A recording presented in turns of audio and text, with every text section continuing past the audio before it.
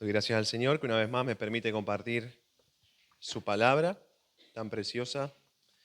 Y en el día de hoy toca abordar el capítulo 46 del libro de Génesis, así que le voy a pedir si me pueden estar acompañando con sus Biblias a ese pasaje. Génesis capítulo 46.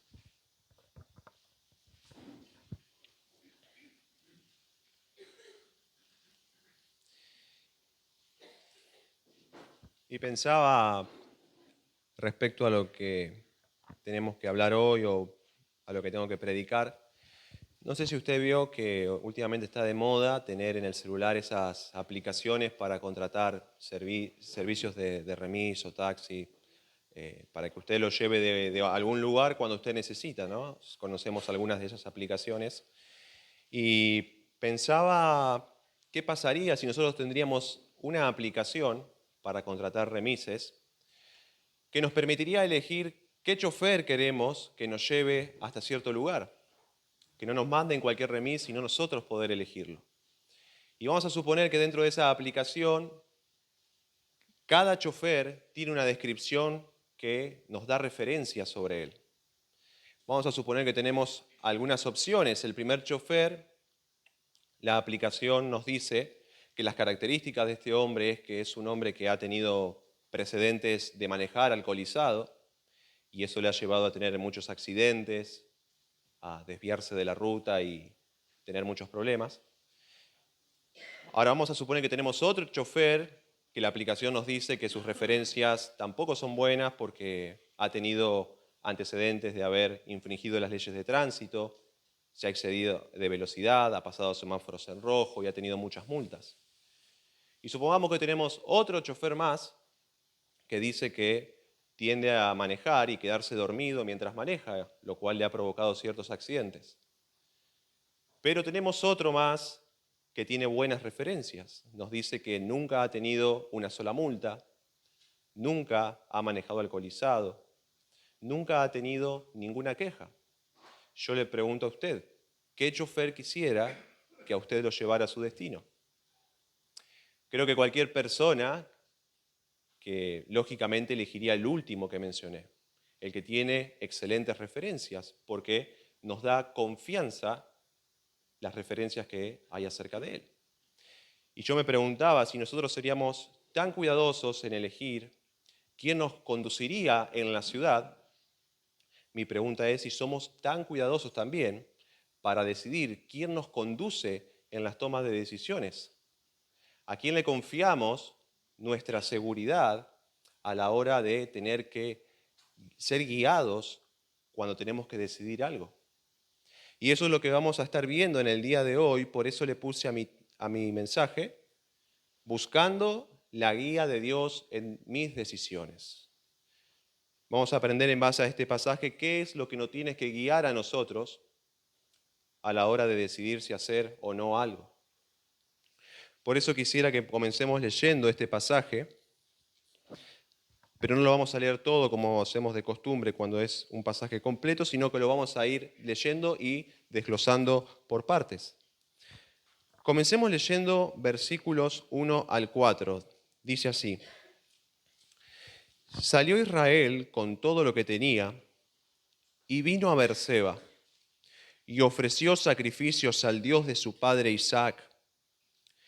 Y habló Dios a Israel en visiones de noche y dijo: Jacob, Jacob. Y él respondió: heme aquí. Y dijo: yo soy Dios, el Dios de tu padre.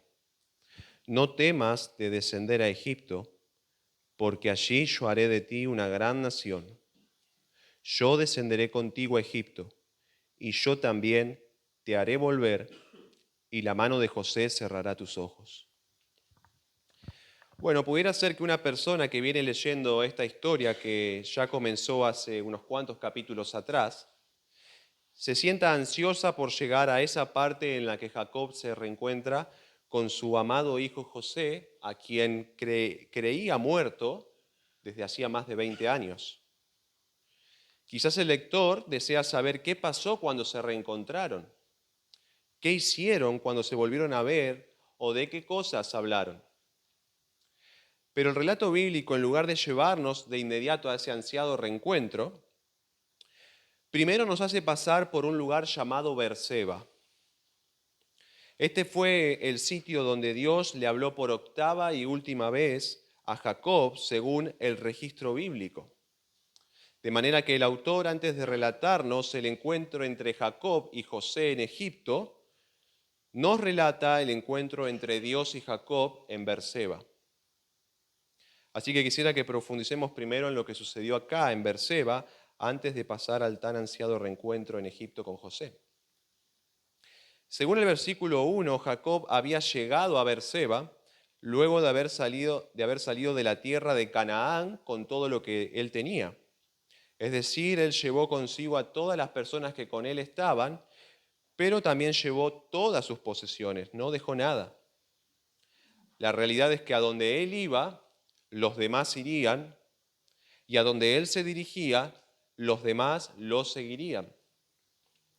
Y yo quisiera que usted se ponga por un momento en el lugar de Jacob. Como vemos, él no se encontraba solo, sino que estaba con todos los suyos, toda su familia. Ni tampoco era un hombre cualquiera en cierto sentido, porque Dios se le había aparecido para revelarle que él tenía un plan maravilloso y grandioso con él y con su descendencia. Un plan que incluía diferentes cosas, entre las cuales se encontraba el hecho de que en su simiente serían benditas todas las familias de la tierra. Algo que nosotros hoy sabemos que se ha cumplido y se cumple en Cristo, porque solo por medio de Él nosotros podemos ser perdonados de nuestros pecados. Y esto no es solamente para un pueblo en particular, sino para todo pecador en el mundo que acepta a Cristo. Así que la responsabilidad que recaía sobre la espalda de Jacob no era poca, mucho menos a la hora de tomar una decisión tan importante como la de salir de la tierra de Canaán, que era la tierra prometida por Dios, para tener que ir a vivir a una nación extranjera como lo era la tierra de Egipto. Él tenía un llamado que honrar y un grupo de personas a las que debía dirigir correctamente, porque ellas eran las elegidas por Dios para llevar a cabo su plan divino de redención. Y nosotros sabemos que no es fácil siempre tomar decisiones, especialmente cuando se trata de decisiones que son grandes y cuando sobre nosotros recae mucha responsabilidad. Porque tenemos mucho miedo de equivocarnos o de tomar un rumbo que nos perjudique no solamente a nosotros, sino también a todos aquellos que pudieran estar bajo nuestro cuidado y dirección. Posiblemente así se encontraba Jacob, emprendiendo junto a su descendencia aquel viaje hacia Egipto, mientras sentía esa preocupación dentro suyo con respecto a la decisión que estaba tomando debido a la carga que representaba para él todo lo que estuve mencionando anteriormente. Lo que él necesitaba era la confirmación de que lo que estaba haciendo era lo correcto y de que en un futuro no se arrepentiría de la decisión que estaba tomando ahora. Así que quisiera que podamos analizar en detalle qué fue lo que hizo Jacob para encontrar la paz y la confirmación necesarias en esa decisión que él estaba tomando ahora.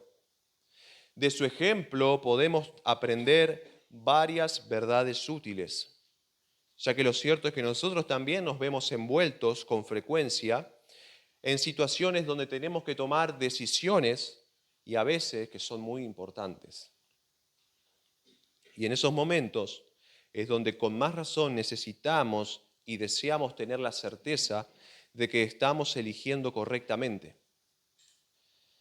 Así que quisiera mencionar los pasos que este hombre siguió para que tengamos una guía práctica a la hora de decidir. Entonces, primer paso que yo puedo ver en este pasaje es buscar la dirección y la guía en Dios. Ahora, esto Este paso puede parecer muy obvio para muchos de nosotros que somos cristianos, pero igualmente es importante mencionarlo nuevamente. En primer lugar, porque el hecho de que nosotros sepamos algo no significa que lo estemos haciendo, por lo que se hace necesario volver a hablar de ello para exhortarnos a poner en práctica eso que ya sabemos. Y en segundo lugar, porque en este lugar hay personas que aún no son cristianas y que muy probablemente utilizan otros criterios para tomar sus decisiones. Tanto a un grupo como a otro quiero decirles lo siguiente. Es muy importante que se pregunten dónde están buscando hoy dirección y seguridad, porque si las buscan en el lugar equivocado, entonces obtendrán respuestas equivocadas. A lo mejor hay personas en este lugar que a la hora de tomar decisiones buscan orientación en lo que la sociedad le dice con sus ideas y filosofías. Pero la pregunta es, ¿cómo podemos buscar la orientación del mundo cuando ese mismo mundo decidió crucificar al Salvador que les fue enviado por Dios para rescatarlo de su miserable situación causada por el pecado? ¿Cómo podemos pedirle al mundo que nos guíe si este mundo no considera a Dios ni lo que Él dice, sino que al contrario se encuentra enemistado con su Creador, viviendo esclavo de sus propios deseos y no según la voluntad de Dios, quien, como dice la Escritura, merece la adoración y la gratitud de sus criaturas? ¿Qué buenos consejos, pregunto, pueden salir de un mundo así? Pero alguien podría pensar que si no nos conviene buscar el consejo del mundo, entonces deberíamos buscar dirección en nuestro propio corazón. De manera que a la hora de tomar decisiones, mi criterio debería ser preguntarme qué es lo que siento, qué es lo que quiero, qué es lo que me agrada y qué es lo que a mí me parece. Pero esta tampoco es una buena guía para saber qué es lo que nos conviene elegir, porque ya Jesús nos dijo que de nuestro corazón salen cosas, pecados como envidia, soberbia, engaño y otros más que podemos encontrar en Marcos capítulo 7. Entonces, ¿cómo le voy a decir a mi corazón que tome el volante de mi vida para guiarme, siendo que tiene tan malas referencias y características como vemos en la Biblia? Es como confiarle a ese chofer que conduce alcoholizado mi seguridad para que me lleve a un lugar. Entonces, si no podemos buscar dirección en el mundo ni en nosotros mismos, la pregunta es, ¿dónde la buscamos? ¿Dónde encuentro esa guía que necesito para saber qué es lo que me conviene y qué es lo mejor para mí? Bueno, para su alivio, déjeme decirle que usted puede encontrar certeza y seguridad a la hora de tomar decisiones correctas para su vida, pero solamente si las busca en Dios. Note usted que Jacob, a la hora de encontrar seguridad en lo que hacía, no hizo otra cosa que ir al Señor. A él fue a quien Jacob acudió cuando llegó a Beerseba. Este hombre deseaba saber si contaba con la aprobación de Dios en lo que hacía. Él deseaba contar con el visto bueno del Señor, tal como le había sucedido en ocasiones anteriores. Recordemos que muchos años atrás, cuando él huía de la tierra de su madre, a causa de que su hermano Esaú quería matarlo, Dios se le apareció en Betel y le prometió su compañía. También recordemos que cuando sirvió por varios años a su tío Labán, Dios se le apareció nuevamente para decirle que vuelva a la tierra de su nacimiento. Y ahora necesita esa misma confirmación de parte del Señor, porque lo cierto es que no hay nada que a uno le dé mayor paz y seguridad que el hecho de saber que está haciendo la voluntad de Dios. Porque nosotros sabemos por las Escrituras que la voluntad de Dios es buena, agradable y perfecta. Romanos 12:2. Lo cierto es que nuestra voluntad no es así. pero sí la del Señor, ya que Él es perfectamente sabio y perfectamente bueno. A nosotros en nuestra consideración, cuando decidimos, se nos escapan cosas, pero a Dios no se le escapa nada. Por lo tanto, Él jamás se va a equivocar en decirte por dónde debes ir. De manera que si hacemos la voluntad de Dios, o podemos decir de manera que hacer la voluntad de Dios y hacer lo que es correcto, es lo mismo. Cuando hago lo que Dios quiere, estoy haciendo lo que es bueno, agradable y perfecto. Entonces, sabemos que en nuestras decisiones debemos buscar la dirección de Dios para estar seguros de que tomamos las decisiones correctas. Pero la pregunta inevitable que surge es, ¿cómo busco a Dios? ¿Cómo hago para saber qué es lo que Él quiere que haga? Bueno, la respuesta a estas preguntas seguramente es mucho más sencilla de lo que creemos. El mismo pasaje nos responde al mostrarnos cómo Jacob buscó al Señor. Así que quisiera que luego de ver este primer paso, que implica buscar la dirección y guía en Dios, veamos el segundo paso, que es buscar a Dios con mi fe puesta en Cristo. Una vez que nos armamos con el pensamiento de que solo en Dios encontraremos seguridad a la hora de tomar decisiones, entonces debo buscarle. ¿Pero cómo? El versículo 1 lo dice, y ofreció sacrificios al Dios de su padre Isaac. Esto muestra, ¿qué cosa? Que no puede haber un acercamiento a Dios por parte del hombre si no es por medio de un sacrificio. Y esta es una verdad que resulta evidente cuando uno va leyendo no solo este pasaje, sino toda la Biblia. Muchos pasajes nos revelan que esa fue, desde la antigüedad, la manera establecida por Dios para que los hombres se acerquen a su santa presencia. Porque es por medio de la sangre derramada de un inocente que los pecados de los seres humanos son perdonados por el Señor. Y eso es necesario ya que no podemos estar delante de la presencia santa de nuestro Dios tal como nos encontramos debido a la razón de que nos encontramos sucios por causa de nuestras maldades. Para acercarnos a Él debemos encontrarnos limpios. Pero hermanos, lo bueno es que nosotros, los cristianos que vivimos en este tiempo, ya no tenemos que ofrecer sacrificios de animales para acercarnos a Dios como solía hacerse en el Antiguo Testamento. Porque Cristo, sabemos, el Cordero de Dios que quita el pecado del mundo, ya fue ofrecido en la cruz una vez y para siempre como el sacrificio perfecto por nuestras maldades. Por medio de su muerte, el pecado que nos separaba de Dios fue quitado del medio, de modo que ahora cada creyente puede acercarse con confianza en todo momento a la presencia de su Padre Celestial con la certeza de que ya ha sido perdonado por la sangre de Jesucristo y de que se encuentra en paz con el Señor, de que ya no hay cargos contra Él. Sabemos que sobre nosotros no pesa ninguna condenación porque todo pecado que nos condenaba fue puesto sobre Cristo cuando Él moría en la cruz por nosotros. El inocente murió por los culpables, el justo padeció por los injustos para llevarnos a Dios. De manera que ahora tenemos un camino abierto al Padre para entrar con libertad y recibir la ayuda necesaria.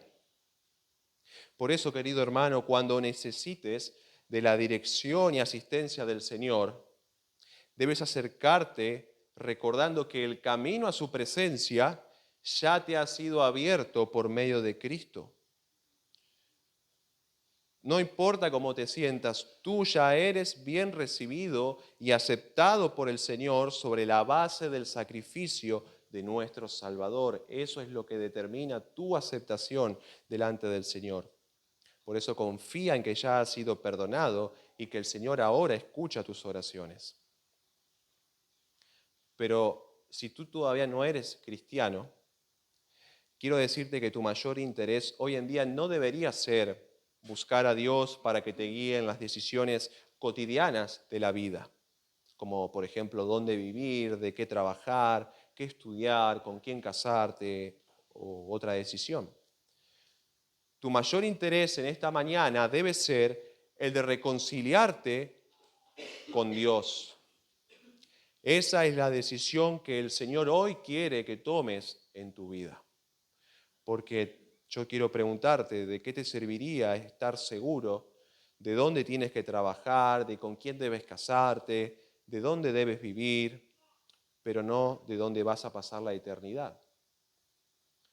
¿De qué vale acertar en todas las decisiones cotidianas de la vida y errar en la mayor decisión de todas, que es decidir cuál será el destino de tu alma?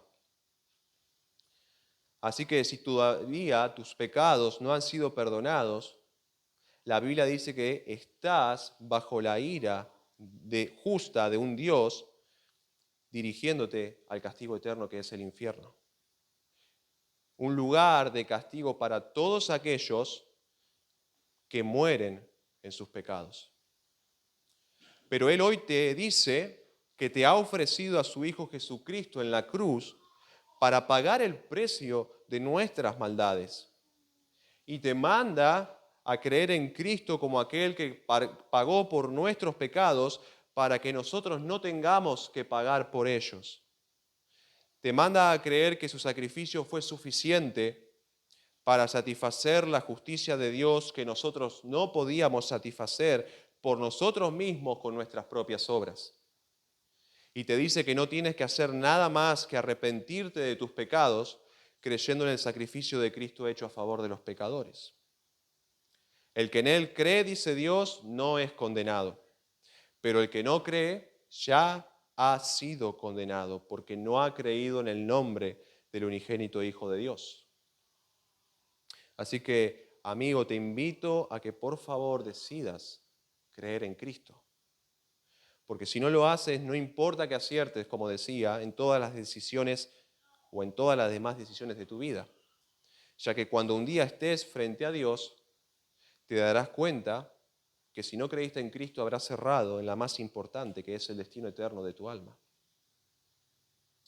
Quisiera entonces que podamos ver el tercer paso que nosotros tenemos que seguir para buscar la dirección del Señor en nuestras decisiones. Y el tercer paso es, debemos buscar al Señor con fe. Con esto me refiero a que debemos buscar al Señor con la confianza de que si le buscamos, le vamos a encontrar. Noten lo siguiente en nuestra historia: luego de que Abraham buscó al Señor, entonces Dios se le manifestó y le habló justamente acerca de lo que él necesitaba saber, trayéndole paz a su corazón con respecto a la decisión de ir a Egipto. Dios no permaneció en silencio ni se escondió de Jacob cuando éste le buscó, sino que en el momento que él necesitaba le salió al encuentro, por así decirlo. ¿Para qué? Para mostrarle lo que él debía hacer. Así que, hermanos, no debemos acercarnos al Señor pensando que a Él no le interesamos o creyendo que Él no se va a tomar el trabajo de mostrarnos qué camino elegir. Porque ese tipo de actitud es una actitud que muestra incredulidad y que no agrada al Señor, ya que no confía en quién es Él. Y además, al actuar así, le atribuimos características a Dios que no son propias de su ser. Pensamos que Él es insensible hacia lo que nos pasa, que Él no tiene consideración por nosotros, que Él es cruel, muchas cosas más que podemos llegar a pensar. Por eso, para buscar la dirección de Dios, no solamente debemos acercarnos a Él, sino que también debemos hacerlo de la manera correcta. Debemos venir delante de su presencia creyendo en quién es Él y en lo que Él ha prometido, porque como dice Hebreos 11:6, sin fe es imposible, note esa palabra, imposible agradar a Dios, porque es, otra palabra importante, necesario que el que se acerca a Dios crea que le hay y que es galardonador o recompensador de los que le buscan. Y Lamentaciones 3:25 al 26 nos dice: bueno es el Señor para los que en Él esperan, para el alma que le busca. Así que, hermanos, el tercer paso que usted debe seguir para buscar la dirección de Dios es acercarse a Él confiando en que experimentaremos su ayuda y bondad en nuestra situación. El caso de Jacob es prueba de esto. Él obtuvo la respuesta que buscaba de parte de Dios. Y es acá que quisiera mencionar el cuarto paso, que es el siguiente. Dios nos da seguridad por medio de su palabra. Para corroborar esto, quisiera que me acompañen a leer nuevamente el versículo 3. Dice así: y dijo, yo soy Dios, el Dios de tu padre. No temas de descender a Egipto, porque allí yo haré de ti una gran nación. Yo descenderé contigo a Egipto, y yo también te haré volver, y la mano de José cerrará tus ojos. Bueno, cuando Jacob buscaba a Dios, seguramente había inquietudes y temores en su corazón. Pero ahora que Dios le había hablado, él ya no tenía por qué tener temor. El Señor le muestra lo que debía hacer y por lo tanto esos temores ya no tenían razón de estar en su corazón. Es la palabra de Dios lo que a él ahora le da seguridad y tranquilidad de descender a Egipto para ir a vivir allí con todos los suyos. Gracias a lo que Dios le había hablado, Jacob ahora podía estar tranquilo de que estaba caminando por donde Dios quería. Así que de ahora en más, si en algún momento surgía alguna inquietud en Jacob que buscaba intranquilizarlo en su corazón, él podría encontrar seguridad y descanso en las palabras que el Señor ya le había hablado. Frente a temores que pudiesen surgir, él podría decir con seguridad: Dios me dijo que no tema descender a Egipto, porque allí Él cumpliría su propósito conmigo y además contaré con su presencia. Y es acá donde nosotros podemos aprender algo que es muy importante. Y esto es que la palabra del Señor es la que a nosotros nos da seguridad en nuestras decisiones. Porque si lo que decidimos se basa en lo que dicen las Escrituras, entonces podremos decir que hacemos o no hacemos algo porque así Dios lo ha establecido en su palabra. Y eso a nosotros nos da seguridad y confianza.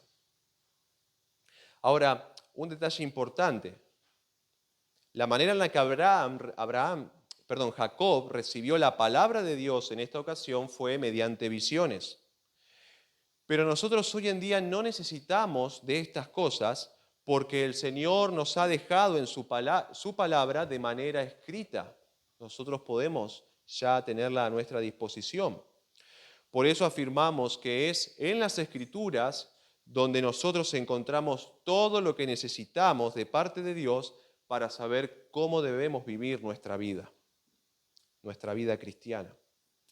Dios ha hecho una provisión asombrosa y suficiente en este libro de los mandatos y principios necesarios para vivir de una manera agradable a Él.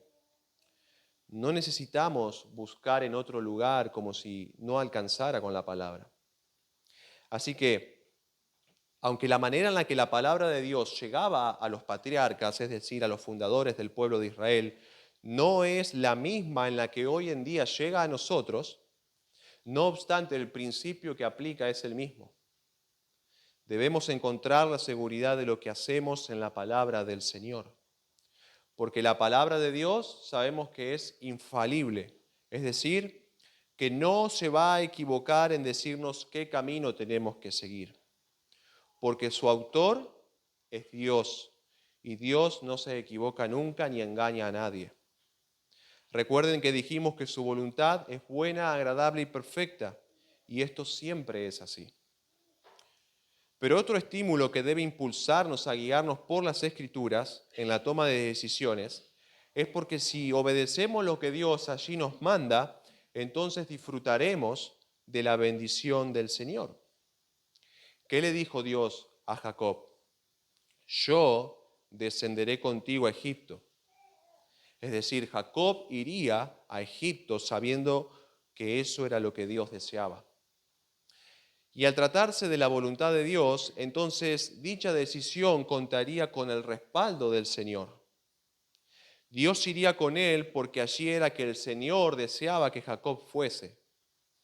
Dios tenía un propósito con este hombre y con sus descendientes en esa tierra. Él haría de Jacob una gran nación y el lugar que Dios había elegido para ello era la tierra de Egipto, no la tierra de Canaán.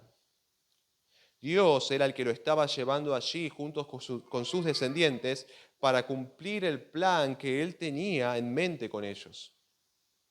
Y aquí quiero mencionar el quinto paso que debemos tener en cuenta a la hora de buscar la guía de Dios. Y es esta: debemos recordar que la voluntad de Dios siempre irá de la mano con los propósitos que Él tiene para con nosotros. Lo vuelvo a repetir, debemos recordar que la voluntad de Dios siempre irá de la mano con los propósitos que Él tiene para con nosotros. Mira, hermano, si usted quiere saber si sus decisiones están en conformidad con la voluntad de Dios, debe preguntarse si éstas van de la mano, es decir, sus decisiones, con los planes y propósitos que el Señor tiene para ti como cristiano. Y no tenemos que andar adivinando cuáles son, porque Él ya los ha revelado en su palabra, cuáles son esos planes o propósitos que Él tiene para tu vida como cristiano. Si nosotros leyéramos ahora Romanos 8:29, veríamos que allí se nos dice que Dios nos predestinó para ser hechos conforme a la imagen de su Hijo Jesucristo. Por lo tanto, nosotros ya tenemos una primera indicación que puede servirnos a la hora de tomar decisiones.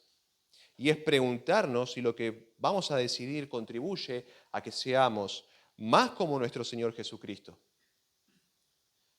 Así que en vista de esta verdad debemos preguntarnos si lo que vamos a hacer nos ayudará a desarrollar el carácter de Cristo en nosotros o al contrario, nos obstaculizará para alcanzar ese objetivo.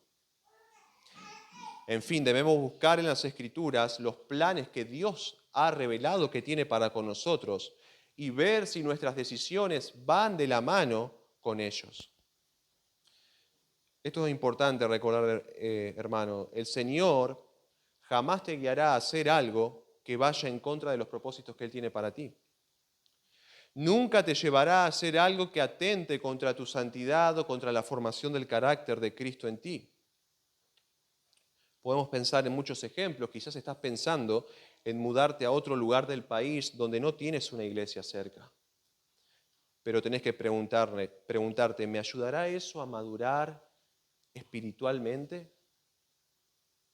O quizás como soltero querés casarte con una mujer de la iglesia que es hermosa a tus ojos, pero que para ella su carrera, su profesión o las cosas materiales son lo más importante en su vida, son más importantes incluso que las espirituales. Pregúntate, ¿acaso me acercará ella más al Señor como mi esposa? ¿Me ayudará a servir mejor a Cristo una vez que me case con ella? Muchas veces, hermano, y lo digo porque me ha pasado, no consideramos estas preguntas. Lo único que tendemos a pensar es si eso me gusta, si pienso que me hace feliz, si me da algún tipo de placer, si me conviene desde el punto de vista material. Pero no pensamos en la gloria del Señor, cosa que debiéramos hacer, porque Pablo nos dice que todo lo que hagamos debemos hacerlo para la gloria de Dios, aun si hacemos algo tan cotidiano como comer o beber.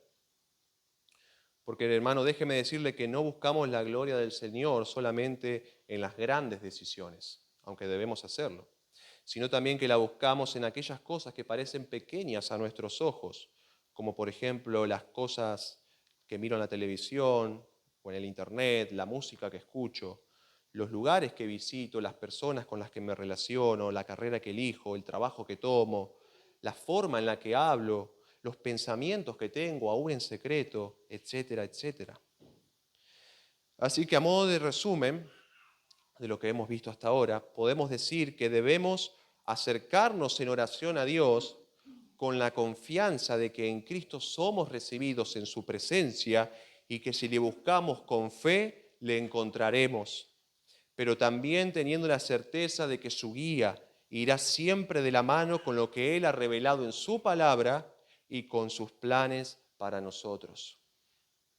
Jamás Dios me hará hacer algo que violente su propia palabra. Y lo que es hermoso, hermano, es que cuando uno hace la voluntad del Señor, entonces cuenta con el respaldo de Dios y tiene seguridad y tranquilidad en lo que hace porque sabe que va por el camino correcto. Porque el Señor nunca se equivoca en decirnos por dónde debemos ir. Si estamos en un camino, entonces marchamos bien. Quisiera que ahora sigamos leyendo el pasaje, versículos 5 al 27, para continuar con nuestro estudio.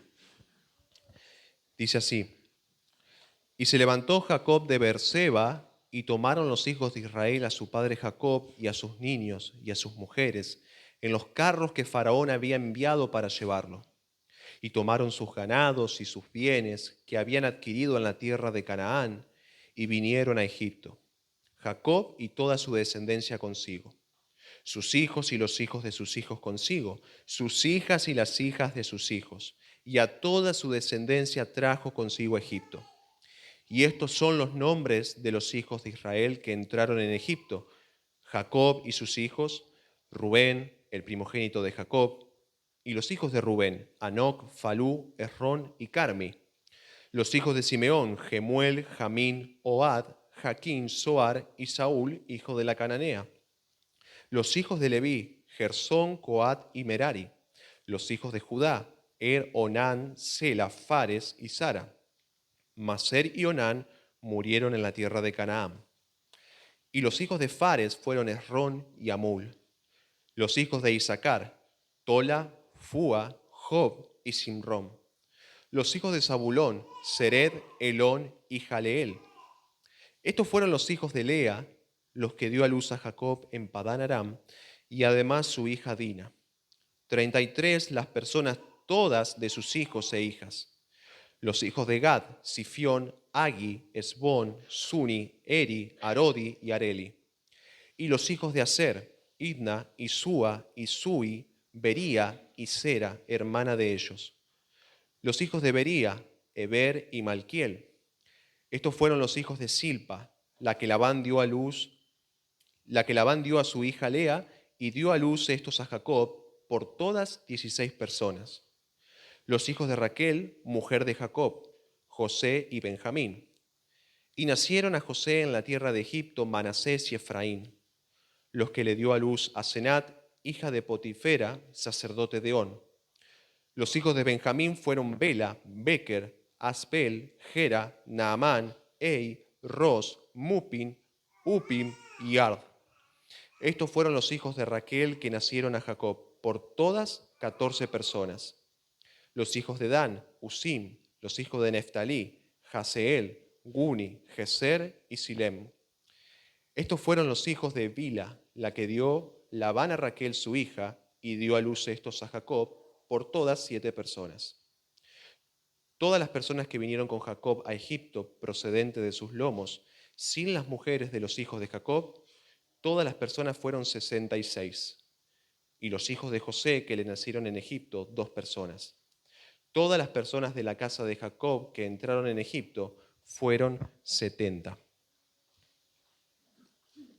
Bueno, hasta recién estuvimos hablando de que nuestras decisiones siempre tienen que ir de la mano con los propósitos que Dios tiene para nuestra vida.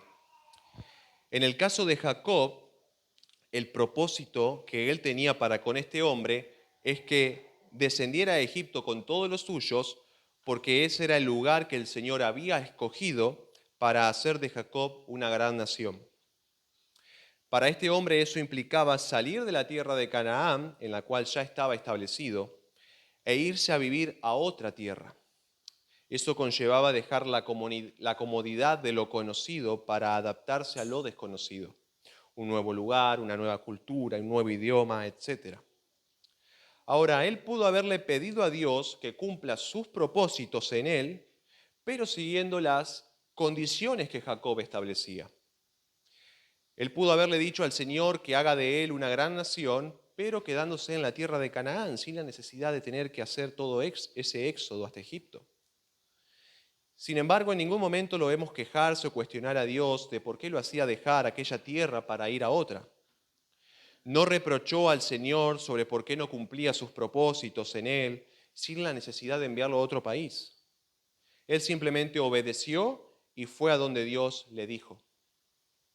Y esa actitud, hermanos, fue la correcta porque la realidad es que Dios sabe por qué hace lo que hace. Él conocía por qué Egipto era un lugar apropiado para llevar a cabo sus propósitos con Jacob y su descendencia. De hecho, nosotros, por lo que estuvimos estudiando en Génesis, podemos suponer que una de las razones por las cuales Egipto era mejor que Canaán para que Israel creciera como pueblo es que los egipcios no tenían la misma tendencia a mezclarse con los israelitas que en cambio sí tenían los cananeos.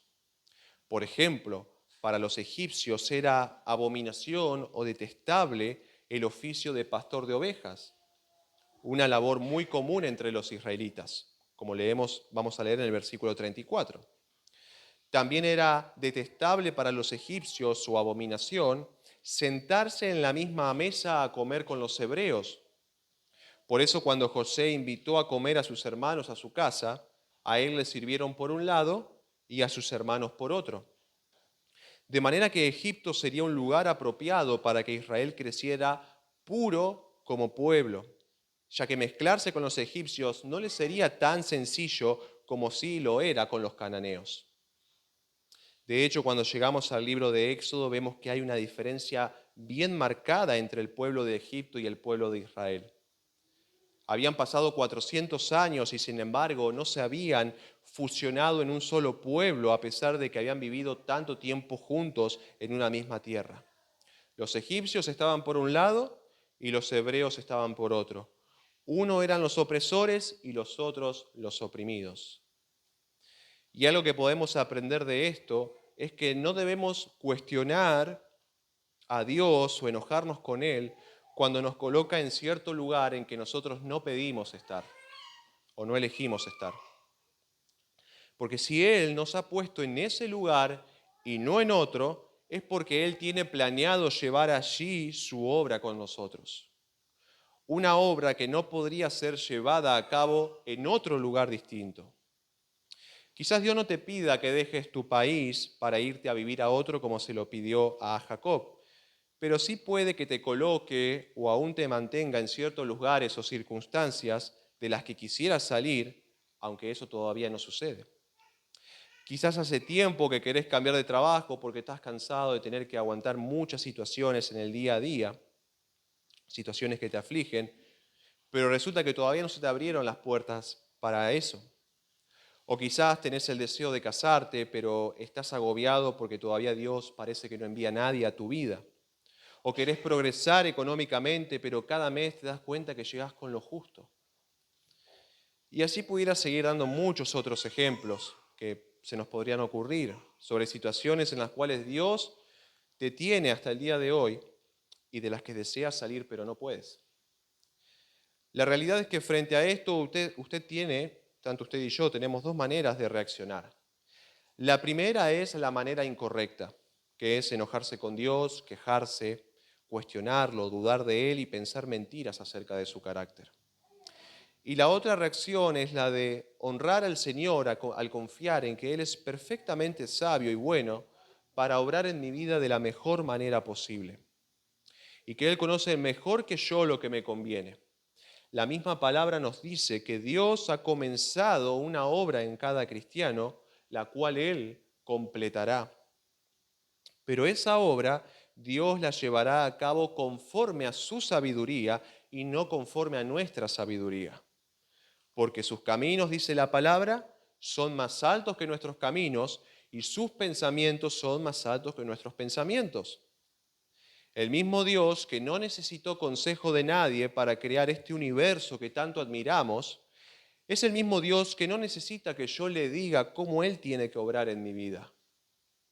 Dios no es como nosotros que debido a nuestra falta de conocimiento, muchas veces en los procesos nos vemos en la obligación de ir probando con diferentes métodos para ver qué es lo que funciona y lo que no, y así seguir aprendiendo. Dios, en cambio, no necesita aprender nada ni que nadie le enseñe, porque Él es perfectamente sabio y sabe desde el inicio lo que debe ser formado en nosotros y cómo obrar para conseguir eso en nosotros. Por eso puede que hoy nos haga permanecer en ciertas circunstancias que no hubiéramos elegido estar, pero que son beneficiosas para nosotros, porque en medio de esas situaciones Dios trabaja de una manera que no sería posible si estuviéramos en otro tipo de situación. Si no, pregúntele usted a Pablo cuando le pidió al Señor que le quitara el aguijón que tenía en la carne. El apóstol llegó a entender con el tiempo que estando en esa condición de aflicción, él sería librado de jactarse por las cosas que le habían sido mostradas y por lo que él había visto. Por un momento él pensó que estaría mejor si no tenía ese aguijón afligiéndolo, por eso oró al Señor para que se lo quitara. Pero Dios le hizo entender que sería mejor dejarle el aguijón porque eso serviría para mantenerlo en humildad.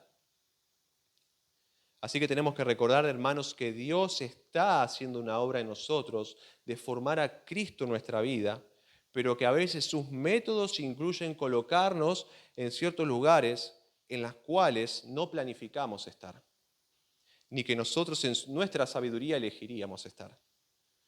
Pero es en esos momentos donde nosotros damos gloria a Dios con nuestra actitud al confiar en que si Él lo determinó así, es porque Él tiene algún propósito bueno en mente conmigo. Así como el propósito que el Señor tenía con Jacob y su descendencia cuando los guía hacia la tierra de Egipto, en la cual Dios estaría con ellos y los multiplicaría hasta convertirlos en una gran nación. Y para terminar, y voy a ser muy breve acá, vamos a leer versículos 28 al 33. Dice: y envió Jacob a Judá delante de sí a José para que le viniese a ver en Gosén. Y llegaron a la tierra de Gosén. Y José unció su carro y vino a recibir a Israel su padre en Gosén. Y se manifestó a él y se echó sobre su cuello y lloró sobre su cuello largamente. Entonces Israel dijo a José: muera yo ahora que he visto tu rostro y sé que aún vives. Y José dijo a sus hermanos y a la casa de su padre: subiré y lo haré saber a Faraón y le diré: mis hermanos y la casa de mi padre que estaban en la tierra de Canaán han venido a mí. Y los hombres son pastores de ovejas, porque son hombres ganaderos y han traído sus ovejas y sus vacas y todo lo que tenían. Y cuando Faraón os llamare y dijere: ¿cuál es vuestro oficio? Entonces diréis: hombres de ganadería han sido tus siervos desde nuestra juventud hasta ahora, nosotros y nuestros padres, a fin de que moréis en la tierra de Gosén, porque para los egipcios es abominación todo pastor de ovejas. Bueno, finalmente Jacob llega a la tierra de Egipto, particularmente a la tierra de Gosén, donde se reencontraría con José. Pero previamente Jacob envía a Judá, posiblemente para que éste guiara a José al lugar exacto de aquella tierra donde su padre se encontraría con él. Jacob quería asegurarse de que su hijo supiera dónde encontrarlo. Y José, por su parte, se dirige sin demoras hacia Gosén para reencontrarse con su amado padre, a quien no veía por más de 20 años. Los planes de Dios para él habían implicado que esta separación sucediera por un largo tiempo, pero también contemplaba que en un futuro se volviesen a ver para no separarse más. Y así como fue larga la espera para volver a reencontrarse, así de largo fue el lloro de José cuando se reencontró con su padre y se echó sobre su cuello. Acá tenemos al segundo gobernante de Egipto llorando como un niño sobre el cuello de su padre, a quien amaba. ¿Cuántas emociones no habrán pasado por el corazón de José en ese momento? Si uno se emociona por ahí leyendo, imagine él que lo estaba viviendo. Su padre ahora lo había vuelto a ver y estaba tan satisfecho con ello que, habiéndole visto con sus ojos, ahora sentía que estaba listo para morir. Ahora, después de ese emotivo encuentro, José procura el bien de su familia al darles un consejo de sabiduría sobre cómo debían hablar cuando se presentasen ante Faraón, algo que sucederá en el próximo capítulo y que nosotros estaremos viendo en un próximo mensaje. Pero sin duda vemos que es Dios quien está detrás de todo esto, obrando para conducir a su pueblo a esta tierra. Una tierra donde Él cuidaría de ellos y los formaría como nación para sacarlos luego de allí con mano poderosa y llevarlos a la tierra prometida donde ellos se asentarían como pueblo. hasta que viniese el Mesías, Jesucristo, quien moriría por los pecados de su pueblo. Así que vamos a ver cómo continúa esta historia en un próximo mensaje, pero que nosotros podamos llevarnos estas enseñanzas en nuestros corazones a la hora de tomar decisiones. ¿A quién le estamos confiando, ¿no?, nuestra seguridad para que nos guíe en tomar decisiones? ¿A nuestro corazón, al mundo o a Dios? Y que confiemos en que cuando Él nos mete en una situación particular, que Él está trabajando en nuestra vida y obrando para nuestro bien. Así que ese es el mensaje para hoy, hermanos. Espero que le haya sido de bendición y que podamos ponerlo por obra.